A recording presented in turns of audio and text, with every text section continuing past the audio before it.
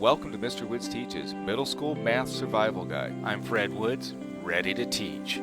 Welcome to Mr. Woods Teaches. Today I'm going to be going over 6th grade mathematics pre-assessment video 2 of 3. What is math? Wait a minute, I've already gone over this. Let's just give you the quick and easy version of this. As a teacher, this is what I would say a mathematics pre-assessment and why it's given. A mathematics pre-assessment is a test that helps the teacher, me, see who needs help and who is at grade level. All right. Let's start with number 1. Let's solve this problem. So we have two fractions, k over 6 is equal to 15 over 18. We can go through and do the cross multiply here like this, and it's going to be 18k equals 6 times 15. So I'm just going to put 6 times 15. All right.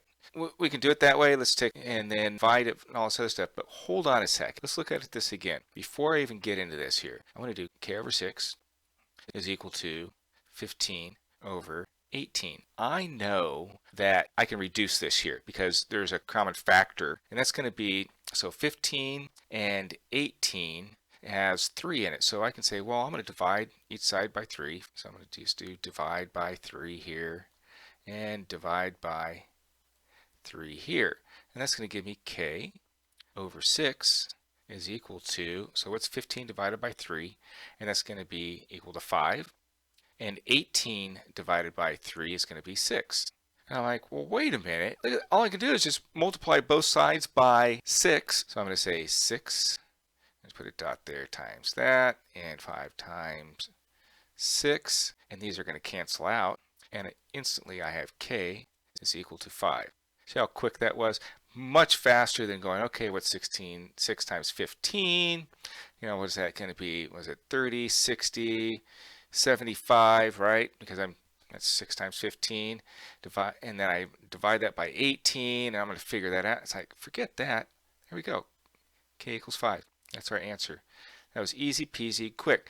One of the things that you have to understand is that knowing your multiplication tables and understanding the reciprocal of that, where I can divide 15 by 3 and understand what that is, quickly it gets me through to the answer fast. Let's look at number 2. It says solve the problem. 2/7 is equal to c over 28. Similar thing here. I can multiply each side by 7. So let's just do that. Let's just do 7 times that and 7 times this first. So I'm going to say that's going to be 2 is equal to c over 4. And then I just multiply each side by 4. This crosses out, so 4 times 2 is equal to 8, which is equal to c. And that's one of my answers right here. Let's get into some geometry, and let's look at number 3. It reads here, a part of a line with 2 endpoints. Well, what is a line? Well, right here, this is a line. There's my line. An angle. Well, an angle is like this. A ray. I have an endpoint.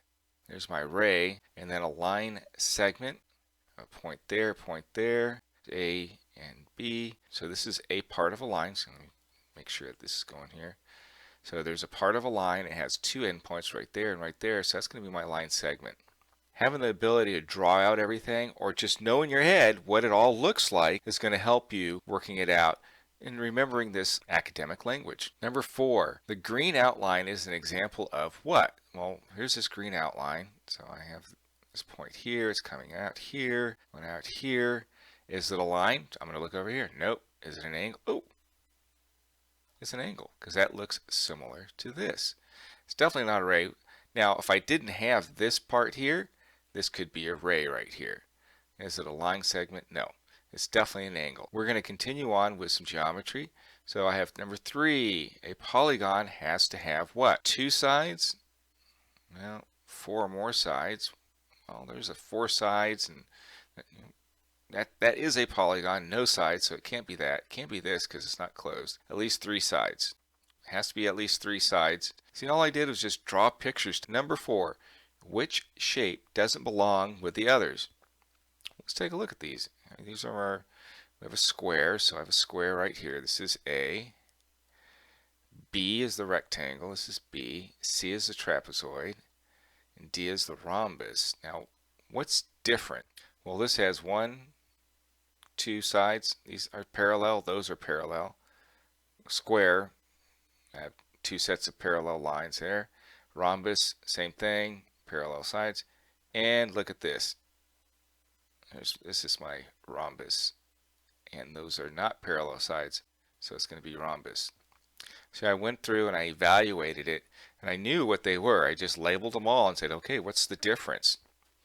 And I had that inkling of like going, wait a minute, what are they looking for? What is different between all of these? And I can see parallel, parallel, parallel, parallel. See how I'm doing this? There's these parallel lines and such. So when those lines are parallel, they are similar, but here these are non-parallel lines if I extend it out, our sides. Continuing on with some geometry. How many vertices are in this shape? Well, what is a vertice? Well, a vertice is where two or more lines intersect. So there's 1, 2, 3, 4, 5.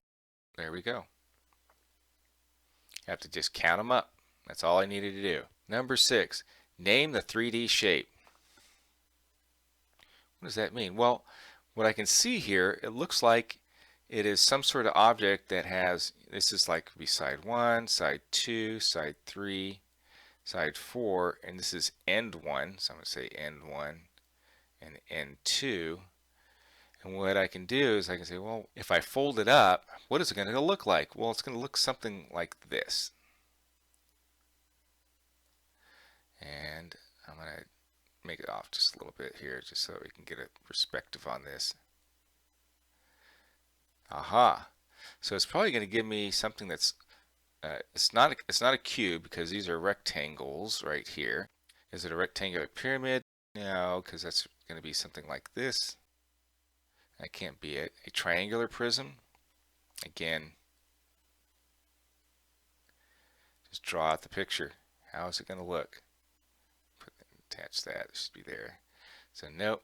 Triangular pyramid. Well, if it's not a rectangular pyramid, it's definitely not a triangular pyramid. Rectangular prism.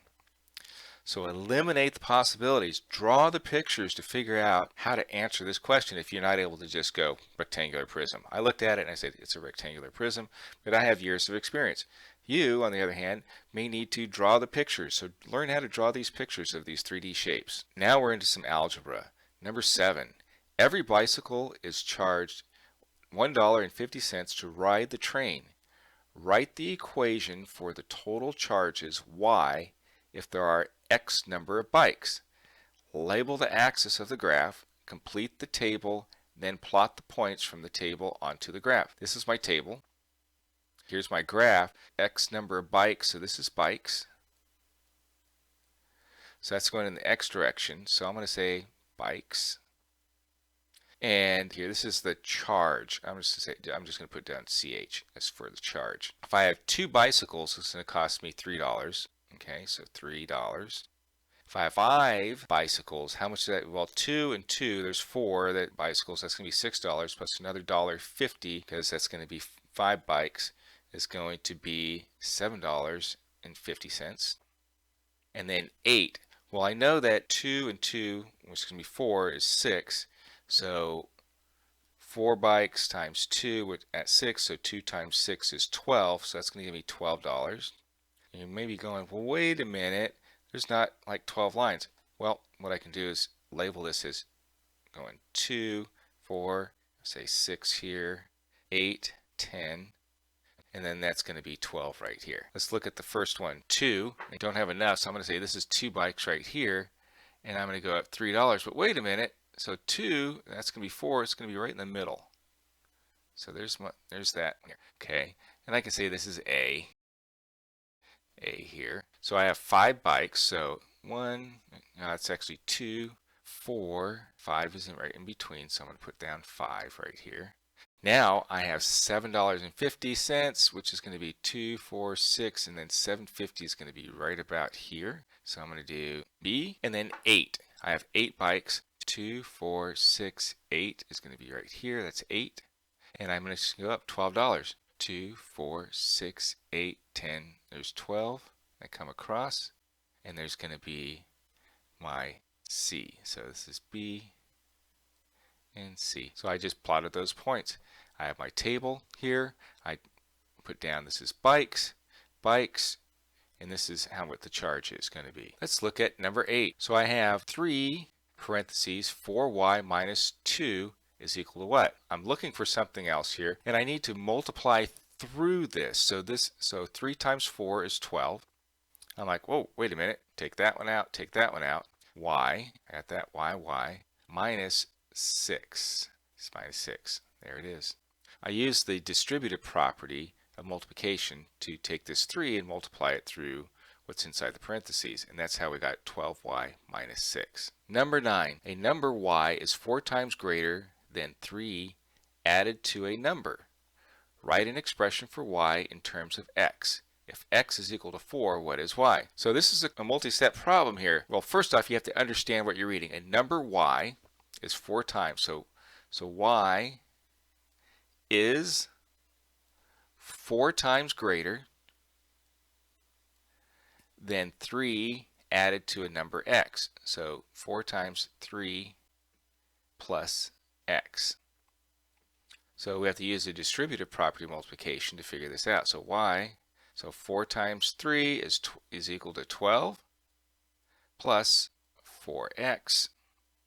And now I've done that, I have to say, well, wait a minute, I have to plug in if x is equal to 4. So I just write this down. Y is equal to 12 plus 4 times x, which is 4. So keep on going. 12 and 4 times 4 is 16. Added it all up, so that's going to give me 28. Because 12 plus 16 is 28. So now we have this other problem here. Number 10.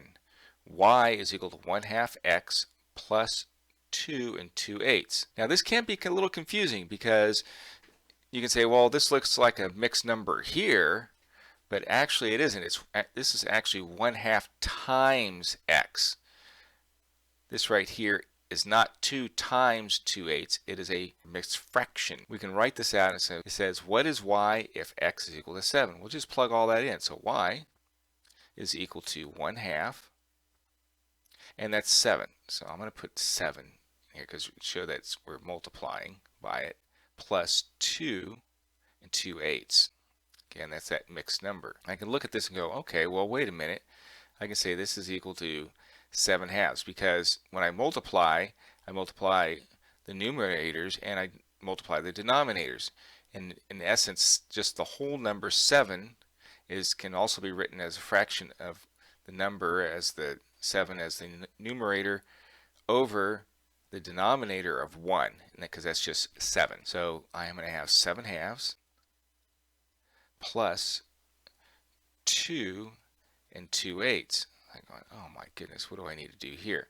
Just to keep things rolling, let's make it a little bit, I'm going to say simplified. I can simplify this, and I can just say this is actually going to be, I have 2 goes in there 1 time, and this goes in here 4. I did not have to do that. I could have had everything as 8s, but I wanted to make it so that it's 2 1/4. So this is going to be equal to, and I want to have the same denominator here, so I have to multiply the top and bottom here by 2. Do my little dots there so we know that. So 2 times 7 is 14, and then I have 2 times 2 is 4, plus 2 1/4. Now I'm just adding fractions right now, so I can say, well, this is going to be 2 14/4 plus 1/4. That's going to be 15/4. But wait, I need to simplify this. I don't want to have this improper fraction here. I'm like, okay, well, 4 times 4 is 16, but that's 1 too many here. So I have to say 4 times 3 is 12. So this is going to be 2 plus 3. Okay, so that's going to be 2 plus 3 is 5. And then I have to figure out the fraction. So look at this. I could just boom, boom, boom. I just eliminated all my answers except for one. But let's continue on. So 15 minus 12 is equal to 3. So 5 3/4. If you have another way to do this, that's great. I think this was fairly straightforward and just step by step going through it. And again, I didn't even have to figure out 5 3/4 because I know that this is the answer, because this is the only one that has 5 as the whole number here. That's it for today. And remember, if you need some help, go back to Mr. Woods Teaches, and here is the URL to get there. It's going to be going to my YouTube channel for kindergarten through 8th grade, and I want to say that it's going to be to where you can go over your fractions, you can understand the academic vocabulary, do searches because I've tagged everything within my library there. So if you're looking at improper fractions, you can type in improper and it should take you right there to the videos where it's working on that. And I hope you can find those answers that you need to be successful in middle school. Thank you for watching, and please remember to like, share, and subscribe. Also, if I make a mistake, sometimes I publish the mistake, I'm like, oh my goodness, I have to take the video down, or I catch it beforehand, but I save the mistake and I'll put it up on my TikTok, so you can go see me at Mr. Woods Teaches. Have a great day.